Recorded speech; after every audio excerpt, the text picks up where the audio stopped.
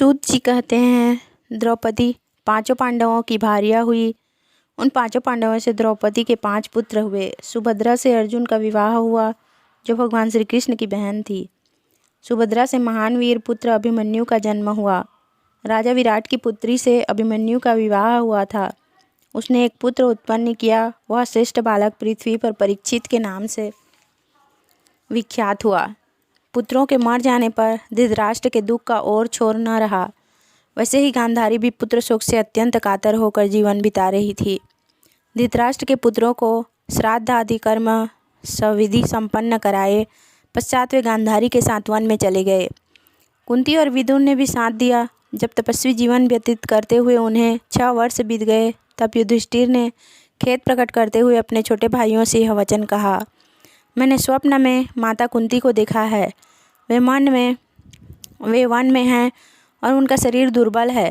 अतः मेरे मन में आता है कि उन माताओं और पिताओं के दर्शन के लिए मैं वहां जाऊं।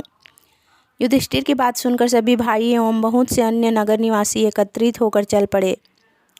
सत्युपाश्रम पर पहुंचकर सबने परस्पर भेंट की। जब वहां विदुर नहीं दिख पड़े, तब युधिष्ठिर ने धृतराष्ट्र से पूछा, महाराज, बुद्धिमान विदुर जी कहाँ हैं? धृतराष्ट्र ने उत्तर दिया, विदुर कहीं गंगा के तट पर बैठकर सनातन श्रीहरि का ध्यान करते होंगे। दूसरे दिन महाराज युधिष्ठिर गंगा के किनारे घूम रहे थे। देखा विदुर जी एकांत वन में बैठे तपस्या कर रहे हैं। उन्हें देखकर राजा युधिष्ठिर ने कहा, मैं युधिष्ठिर आपके श्री चरणों में मस्तक झुका रहा हूँ। विदुर जी कुछ नहीं बोले। क्षण भर बाद उनके मुख से एक अत्यंत अद्भुत तेज निकलकर युधिष्ठिर के मुख में समा गया। इस प्रकार विदुर जी का पंचभौतिक शरीर शांत हो गया। सत्यवती नंदन व्यास, नारद एवं अन्य भी बहुत से महानुभाव मुनि युधिष्ठिर से मिलने के लिए आए थे। तब कुंती ने शुभ दर्शन व्यास जी से कहा, द्वैपायन, मैंने अपने पुत्र कर्ण को जन्म से ही समय देखा है। आप एक बार कर्ण को सामने उपस्थित करने की कृपा करें। गांधारी ने कहा, मुने, मेरे पुत्र सम्रांगण में चले गए। मुनिवर, मेरे वे पुत्र एक बार मुझे दिखाने की कृपा करें। सुभद्रा बोली, अभिमन्यु महान पराक्रमी वीर था, तपोधन, मुझे मेरे उस पुत्र को दिखाने की कृपा कीजिए। सूत जी कहते हैं, इस प्रकार के वचन सुनकर सत्यवती नंदन व्यास जी ने प्राणायाम करके सनातनी भगवती जगदम्बिका का ध्यान किया और पुण्य सलीला भागीरथी में स्नान करके वे जगत जननी देवी दुर्गा की स्तुति करने लगे। सूत जी कहते हैं, व्यास जी के विनय करने पर भगवती भुवनेश्वरी ने उन सभी दिवंगत नरेशों को बुलाकर सामने उपस्थित कर दिया। लौट कर आए हुए अपने परिजनों को देखकर कुंती, गांधारी, सुभद्रा, उत्तरा एवं संपूर्ण पांडव मोह में पड़ गए। तत्पश्चात वे स्वर्गवासी वीर पुनः लौट गए। सूत जी कहते हैं, इसके बाद तीसरे दिन वन में अनायासी आग लग गई, जिसमें धृतराष्ट्र, गांधारी और कुंती सभी जलकर भस्म हो गए। कौरवों का संहार हो जाने के 36 वर्ष बाद यादवों का भी संहार हो गया। बलराम जी ने भी शरीर त्याग दिया। भगवान श्री कृष्ण बहेलिया के बाण के ब्याज से अंतर्ध्यान हो गए। भगवान श्री कृष्ण के अंदर ध्यान होने की अप्रिय बात सुनकर वसुदेव जी ने भगवती भुवनेश्वरी का ध्यान किया और प्राणेंद्रियों को पवित्र करके वे सदा के लिए शांत हो गए। तत्पश्चात महान दुखी होकर अर्जुन प्रभास क्षेत्र में गए। वहाँ जितने मृत व्यक्ति थे उन सब का उन्होंने यथायोग्य अग्नि संस्कार किया। तदंतर समुद्र के भगवान श्री कृष्ण की उस पुरी को डुबो दिया। अर्जुन सब लोगों को लेकर वहाँ से चल चुके थे। मार्ग में चोरों और अहीरों ने उनके सभी वैभव छीन लिए। उस समय अर्जुन का सारा प्रभाव प्रस्थान कर चुका था। इसके बाद इंद्रस्तपुरी में पहुंचकर अर्जुन ने अनिरुद्ध कुमार वज्रनाभ को वहाँ का राजा बनाया। अर्जुन हस्तिनापुर चले गए। उन्होंने महान खेद प्रकट करते हुए सारी बातें युधिष्ठिर से कहा सुनाई। भगवान श्री कृष्ण का अंतर्ध्यान और यादवों का संहार सुनकर महाराज युधिष्ठिर हिमालय जाने का विचार करने लगे। उन्होंने उत्तरानंदन महाराज परीक्षित को राज्य पर अभिषिक्त किया।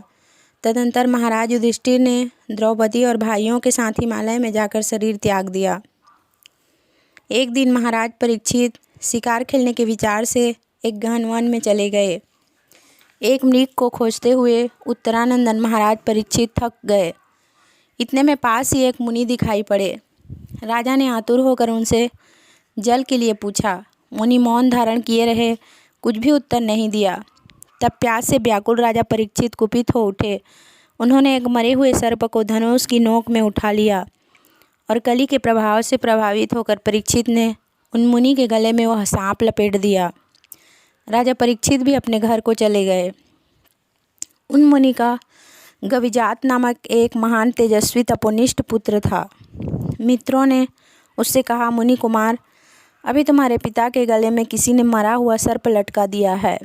मित्रों के मुख से यह वचन सुनकर उसने राजा परीक्षित को शाप दे दिया, जिसने आज मेरे पिता के गले में मरा हुआ सर्प डाला है, उस नराधम को आज से 7वीं रात तक्षक सर्प काट खाए। मुनि का एक शिष्य राजा के पास गया। उसने मुनि कुमार गविजात का दिया हुआ शाप महाराज परीक्षित को कह सुनाया। श्राप किसी प्रकार टल नहीं सकता, यूँ विचार कर महाराज परीक्षित ने अपने वृद्ध मंत्रियों से कहा, ब्राह्मण ने मुझे श्राप दे दिया है, फिर भी विद्वान पुरुषों का कर्तव्य है कि वे शास्त्रोक्त उपाय करने में कभी न चूके। पूर्व समय की बात है, एक मुनि की स्त्री को सर्प ने डस लिया, वह मर गई। मुनि ने मंत्र के प्रभाव से उसे जिला दिया और अपनी आधी आयु दे दी, अतएव प्रयत्न अवश्य करना चाहिए। मंत्रियों ने पूछा, महाराज वे कौन मुनि थे, उन्होंने अपनी प्यारी पत्नी को आधी आयु देकर जीवित कर दिया? महाराज यह प्रसंग हमें बताने की कृपा करें। राजा परीक्षित बोले, एक दिन मेनका नाम की एक दिव्य परम सुंदरी अप्सरा नदी के तट पर आई और जल में क्रीड़ा करने लगी। त्रिलोक सुंदरी उस अप्सरा से विश्वासु मुनि का समागम हो गया, जिससे वह गर्भवती होकर चली गई। स्थूलकेश मुनि के आश्रम के पास जाकर मेनका ने कन्या का प्रसव किया। अनाथ कन्या को नदी के तट पर देखकर मुनि स्थूलकेश ने उसे अपने पास रख लिया। उनके द्वारा वह पाली पोसी गई। मुनि ने उसका नाम प्रमद्वरा रख दिया। समय पाकर वह स्त्री युवा हो गई। मुनिवर रुरु ने उस प्रमद्वरा नामक कन्या को देखा।